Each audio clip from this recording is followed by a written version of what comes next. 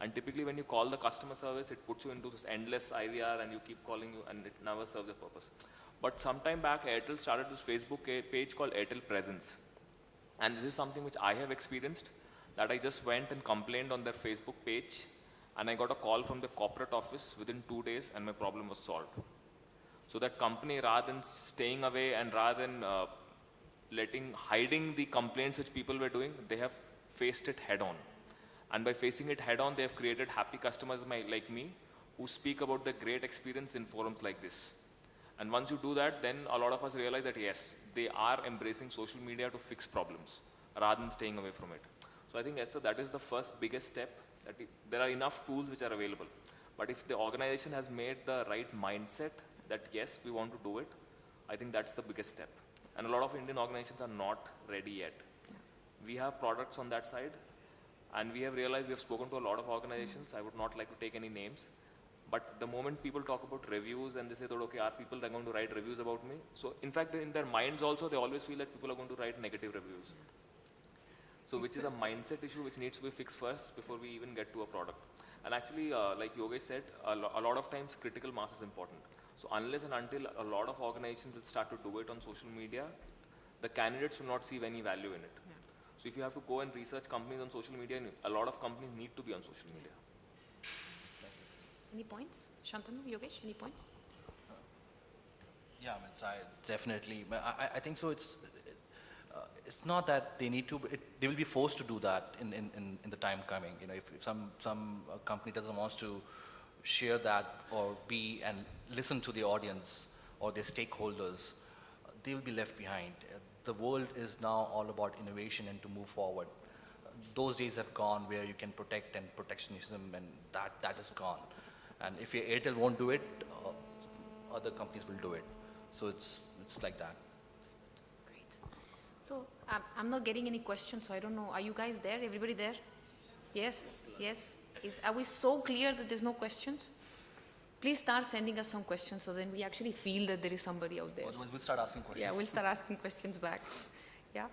So that's from the side of kind of hiring and recruiting, and I think we can actually have a full day event only on employer branding and hiring with social media. I think that's an interesting topic in itself. What about, you know, using those technologies internally? I think in Mint yesterday was a article about how much of our time, energy, and bandwidth goes into finding documents in our emails, remembering where I had put that document. So I don't know about you, but I spend a lot of my time finding attachments in my emails because I'm horrendous at organizing documentation, right? So they were talking about, you know, how to use collaboration tools, technology tools, not only just to attract people outside and to create an employer brand, but what is it, how are we using the technology internally? How are we collaborating internally? How are we rewarding people in a social way? So I would want Shantanu to pick up a little bit of that thread, and all of us can also add to that. Shantanu, please. Hi, everybody. So, hi, everybody. First of all, I'm sure, as everybody can see, this is a post-lunch session, and to be sure, when it is a post-lunch session, I've always seen people are mostly sleepy. I hope not. I hope not. So, yeah, of course. Yes, because everybody's listening.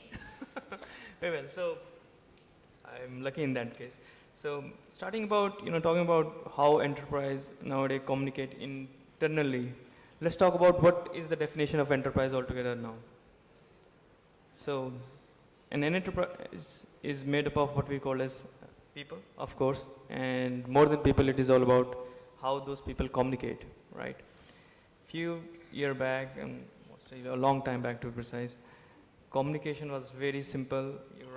You go to that person, talk to him, and you have a meeting bulalo, that is how it was, right? And later it converted into email, and people start playing email. So things has been changing, and now there are more mode of communication, WhatsApp, BlackBerry Messenger, stuff like that. So the communication, for example, has changed. It has become so fast that any information is assimilated in the enterprise much faster than we think. So when we have a situation where the communication is going that fast, the enterprise itself changes, because as I said, enterprise is made of people and the communication channels. So what we have here is now Enterprise 2.0. That's what I got. So long time back, I would like to give you an example, and it's a very interesting one.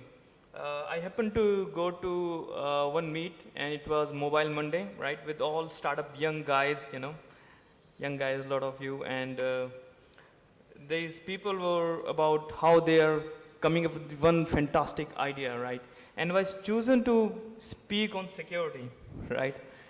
And when I started speaking, so these people were speaking about mobile devices and all, how stuff and interesting thing can be done on mobile apps. It's almost like 6 years ago. So I came up with the concept on security, and I started like this. So if I have to talk about enterprise and security, then of course, mobile device should be completely banned. And by speaking that, I become the most unpopular guy out there. Reality was that, because mobile devices as such is seen as a security threat in an enterprise environment.